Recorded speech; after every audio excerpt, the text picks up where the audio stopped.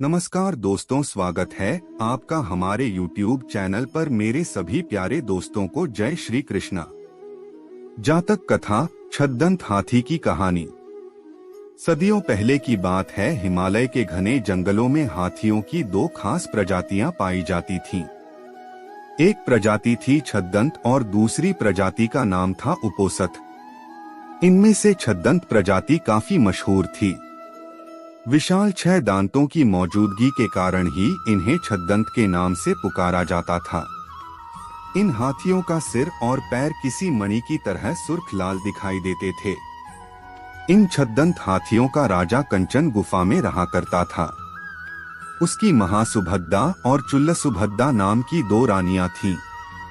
एक दिन हाथियों का राजा अपनी दोनों रानियों के साथ पास के एक सरोवर में नहाने के लिए जाता है।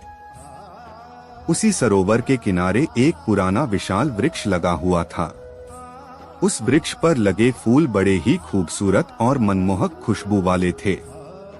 गजराज ने खेल खेल में अपनी सूंड से उस वृक्ष की एक डाल को कसकर हिलाया।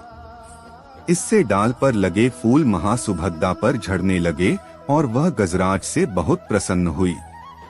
वहीं वृक्ष की सूखी डाल पुराना होने के कारण गजराज की सूंड का जोर झेल न सकी और टूटकर फूल समेत गजराज की दूसरी रानी चुल्लसुभद्दा के ऊपर जा गिरी। हालांकि यह घटना संयोगवश घटी, लेकिन इसे चुल्लसुभद्दा ने अपना अपमान माना और उसी वक्त गजराज के निवास को छोड़कर कहीं दूर चली गई। जब गजराज को इस बात का पता चला तो उसने चुल्लसुभद्दा को बहुत ढूंढा, लेकिन वह कहीं नहीं मिली। कुछ समय बाद चुल्लसुभद्दा की मौत हुई और मरने के बाद वह मध्य राज्य की राजकुमारी के रूप में पैदा हुई। युवा होने पर उसकी वाराणसी के राजा से शादी हुई और वह वाराणसी की पटरानी बनी। पुनर्जन्म के बाद भी वह छद्दंतराज द्वारा भूलवश हुए उस अपमान को भूली नहीं और उसका बदला लेने का सोचती रही। एक दिन मौका पाकर उसके वाराणसी के राजा को छद्दंतराज के दांत हासिल करने के लिए उकसाया। परिणाम स्वरूप कुछ कुशल निषादों के समूह को राजा ने गजराज के दांत लाने के लिए भेज दिया। गजराज के दांत लाने के लिए रवाना हुई टोली का नेता था सोनुत्तर। सोनुत्तर करीब 7 साल का सफर तय करके गजराज के निवास पर पहुंचा। उसने गजराज को पकड़ने के लिए और अपना शिकार बनाने के लिए उसके निवास से कुछ दूरी पर एक बड़ा गड्ढा बनाया। गड्ढे को छिपाने के लिए उसने उसे पत्तियों और छोटी लकड़ियों से ढक दिया और खुद झाड़ियों में छिप गया। जैसे ही गजराज उस गड्ढे के करीब आया तो सोनुत्तर ने विष बुझा तीर निकालकर छद्दंतराज पर निशाना लगा दिया। तीर से घायल होने के बाद जब गजराज की नजर झाड़ियों में छिपे सोनुत्तर पर पड़ी तो वह उसे मारने के लिए दौड़ा।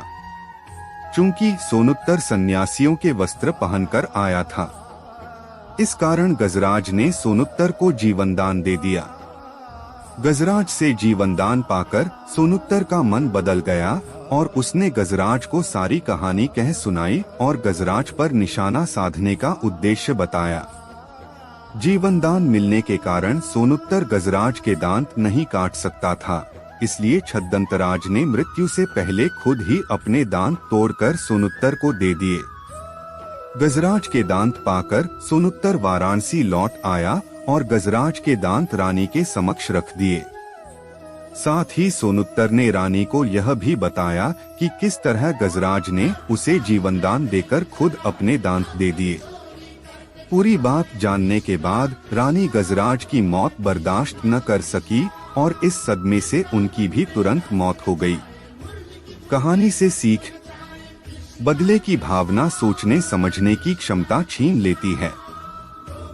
आपसे मेरी प्रार्थना है कि मुझे मोटिवेट करने के लिए वीडियो को लाइक करें, शेयर करें, सब्सक्राइब जरूर करें दोस्तों, और कमेंट में जय श्री राम जरूर लिखें।